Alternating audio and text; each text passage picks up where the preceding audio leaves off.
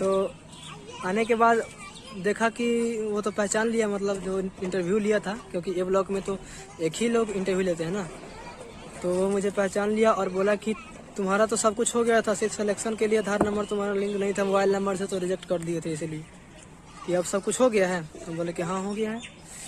तो उसके बाद मेरा ज्वाइनिंग हो गया, और ज्वाइनिंग होने के बाद भी एक ऐसा मतलब शंका लगा रहा कि कैसा काम होगा नहीं होगा, कर पाएंगे या नहीं कर पाएंगे।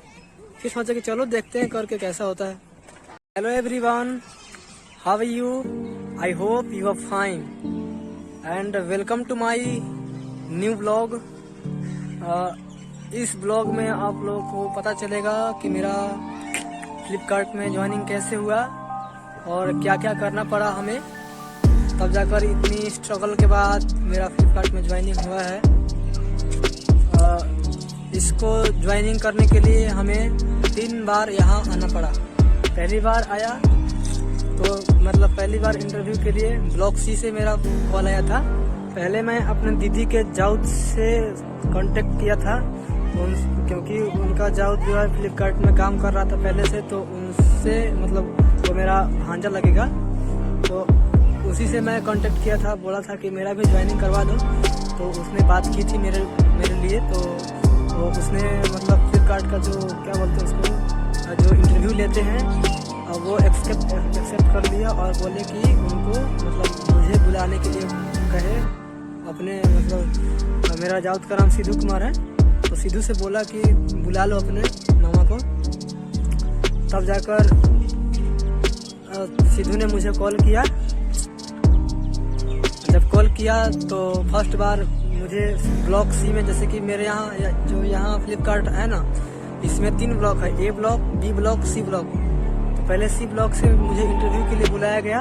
मैं सी ब्लॉक में गया तो ज़्यादा कुछ नहीं पूछा, पता नहीं क्यों, बट इतना बोला कि मतलब थोड़ा बहुत कुछ पूछ कर, बस इतना पूछा कि तुम ISC कब कंप्लीट किए हो। तो मैंने बोला कि 2023 में कंप्लीट किया।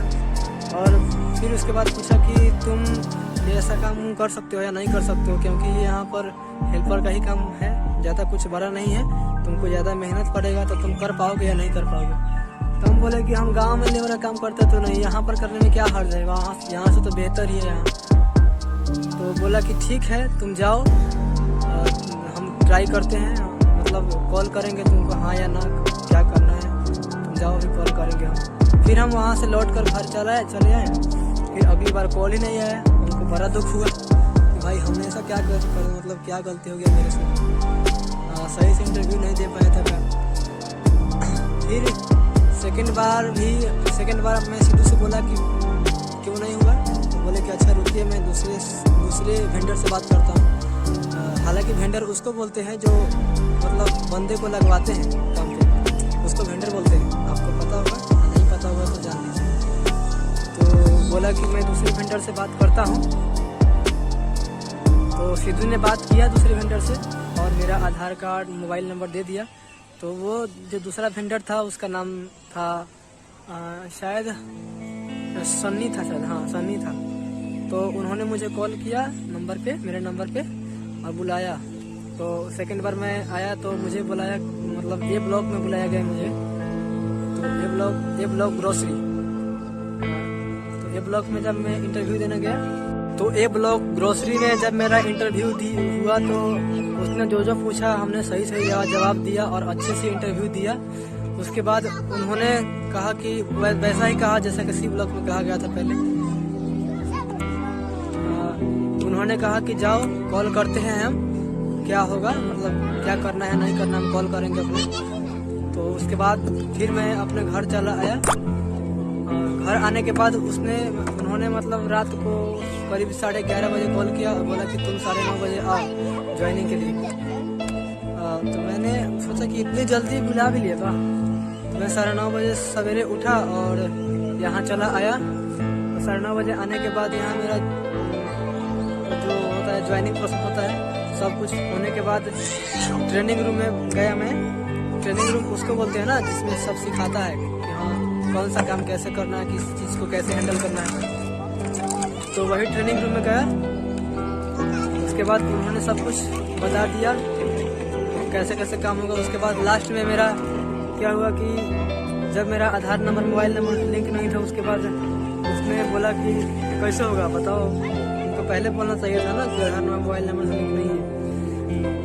तो बोला कि जाओ लिंक करवा के आओ, उसके बाद कॉल करना।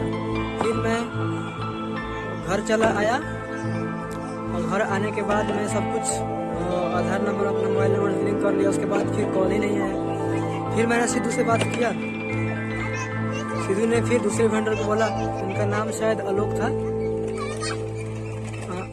तो आलोक सर ने ही मुझे कॉल किया और बुलाया तीसरी बार। फिर तीसरी बार ए ब्लॉक ग्रोसरी में ही आया मैं। तो आने के बाद देखा कि वो तो पहचान लिया, मतलब जो इंटरव्यू लिया था, क्योंकि ए ब्लॉक में तो एक ही लोग इंटरव्यू लेते हैं ना। तो वो मुझे पहचान लिया और बोला कि तुम्हारा तो सब कुछ हो गया था, सिर्फ सिलेक्शन के लिए आधार नंबर तुम्हारा लिंक नहीं था मोबाइल नंबर से, तो रिजेक्ट कर दिए थे इसीलिए। ये अब सब कुछ हो गया है? बोले कि हाँ हो गया है। तो उसके बाद मेरा ज्वाइनिंग हो गया और ज्वाइनिंग होने के बाद भी एक ऐसा मतलब शंका लगा रहा कि कैसा काम होगा नहीं होगा, कर पाएंगे या नहीं कर पाएंगे।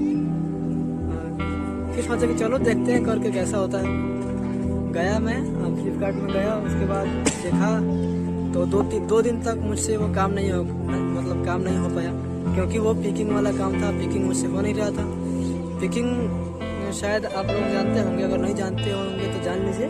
हालांकि पिकिंग उसको बोलते हैं ना कि जैसे कि कोई सामान कहीं रखा हुआ है, ठीक है, तो एक डिवाइस होता है और उस डिवाइस में पहले उस प्रोडक्ट का नाम होता है, तो उसके बाद उसकी जो लोकेशन होती है उसका डिटेल्स में दिया होता है, तो उसके हिसाब से उसको ढूंढना पड़ता है। उसी में मैं 2 दिनों तक काम किया और 2 दिन मतलब मुझसे वो हो नहीं पा रहा था, क्योंकि उसमें डिवाइस में जो चीज़ें लिखी थी बहुत छोटी छोटी थी, इसलिए मुझे दिखाई नहीं दे रहा था, जिसके कारण मैं काम नहीं कर पा रहा था। तो फिर मैं सचिन सर को बोला कि मुझे किसी दूसरे डिपार्टमेंट में रखवा दो।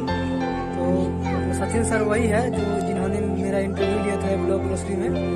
तो उन्होंने मेरी बात को समझी और जो दूसरा डिपार्टमेंट है जो QC का होता है, वो QC वाला डिपार्टमेंट में मुझे लगा दिया।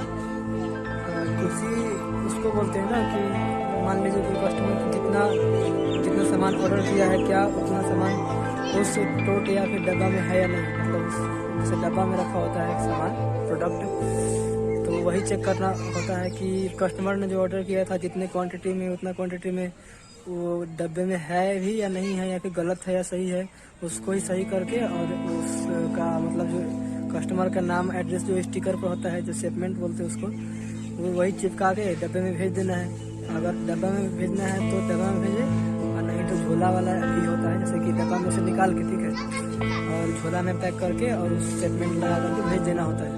तो फिलहाल हम वही काम कर रहे हैं अभी। तो वो काम बढ़िया अभी मुझसे हो पा रहा है, पहले से तो बेहतर ही है, क्योंकि मैं पहले गांव में काम करता था, जैसे धूप में करता था, तो धूप में मुझसे हो नहीं पा रहा था।